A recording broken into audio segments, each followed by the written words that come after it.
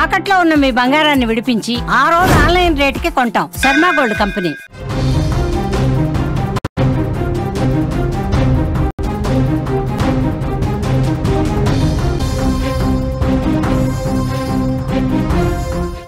November అంటే కొత్త నెల, కొత్త ఆశలు. కానీ ఈ నవంబర్ 1వ తేదీ నుంచి దేశంలో కొన్ని కీలకమైన మార్పులు అమల్లోకి రాబోతున్నట్లుగా తెలుస్తోంది. ఇవే మీ జేబుపై, మీ బ్యాంకు లావాదేవీలపై, మీ ఆర్థిక భవిష్యత్తుపై నేరుగా ప్రభావం చూపించబోతున్నాయి.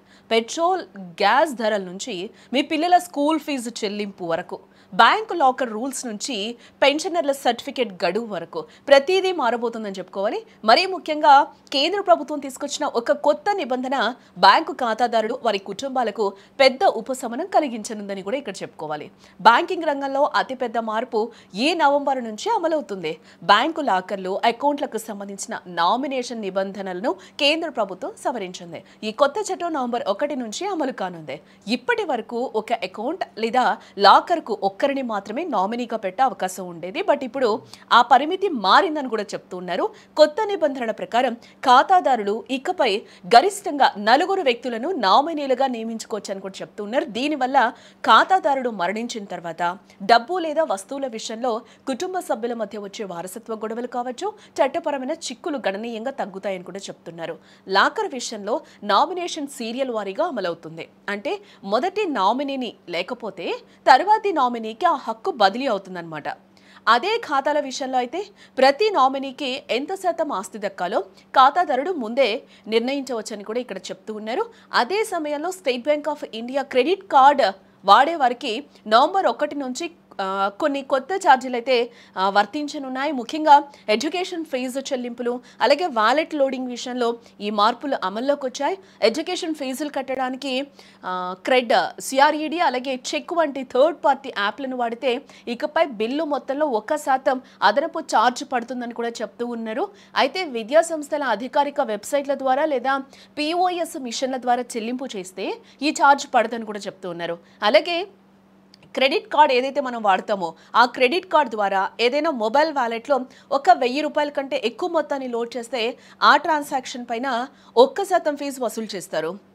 అన్సెక్యూర్డ్ కార్డులకు ఏకంగా 3.75% ఛార్జీలు ఉంటాయని కూడా ఎస్బీఐ చెప్తూ ఉంది. అలాగే కేంద్ర రాష్ట్ర ప్రభుత్వాల నుంచి పెన్షన్ పొందుతున్న ఉద్యోగులు తాము జీవించి ఉన్నట్లు ధృవీకరిస్తూ లైఫ్ సర్టిఫికేట్ను తప్పనిసరిగా సమర్పించాలి.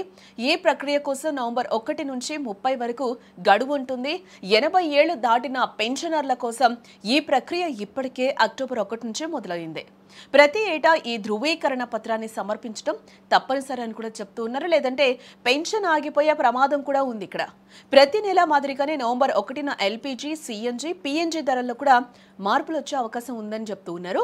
అంతర్జాతీయ మార్కెట్లో చమురు ధరల హెచ్చుతగులకు అనుగుణంగా చమురు కంపెనీలు ఈ ధరలను సవరిస్తాయి. గృహ వినియోగ సిలిండర్ ధరల్లో కొద్ది నెలలుగా మార్పు లేనప్పటికీ వాణిజ్య సిలిండర్ ధరలో మార్పులు ఉండొచ్చని కూడా చెప్తున్నారు. అదేవిధంగా ఆధార్ కార్డు అప్డేట్ ప్రక్రియ ఇకపై మరింత సులభతరం కానుంది. ఇక్కడ ఇదైతే కొద్దిగా ఊరటనిచ్చే అంశంగా కూడా మనం చెప్పుకోవచ్చు. Unique identification authority of India ఒక కొత్త వ్యవస్థను అయితే తీసుకొచ్చింది. దీని ప్రకారం వినియోగదారులు పేరు, అడ్రస్, పుట్టిన తేదీ వంటి సమాచారాన్ని ముందుగా ఆన్లైన్లో మార్చేసుకోవచ్చట. ఆ తర్వాత ఆధార్ కేంద్రానికి వెళ్ళి బయోమెట్రిక్ లేదా ఐరిస్ స్కాన్ పూర్తి చేస్తే సరిపోతుందట.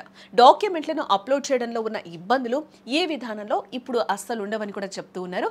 చివరగా మనం చూస్తే securities and exchange board of India SEBI mutual funds లో ఇన్సైడర్ ట్రేడింగ్ ను అరికట్టేందుకు కొత్త నిబంధన అయితే తీసుకొచ్చింది.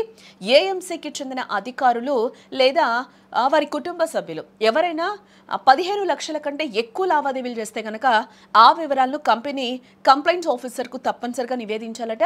మొత్తం మీద నవంబర్ 1 నుంచి అమల్లోకి రాబోతున్న ఈ మార్పులు సామాన్యుడి ఆర్థిక జీవితంలో ముఖ్య పాత్ర పోషించనున్నాయి. ముఖ్యంగా బ్యాంకింగ్ రూల్స్ మారటం కుటుంబాలకు ఉపశమనం కలిగించే అంశం అయితే క్రెడిట్ కార్డ్ ఛార్జీలు పెరగడం మాత్రం వినియోగదారులపై భారం మోపరుందని చెప్పుకోవచ్చు.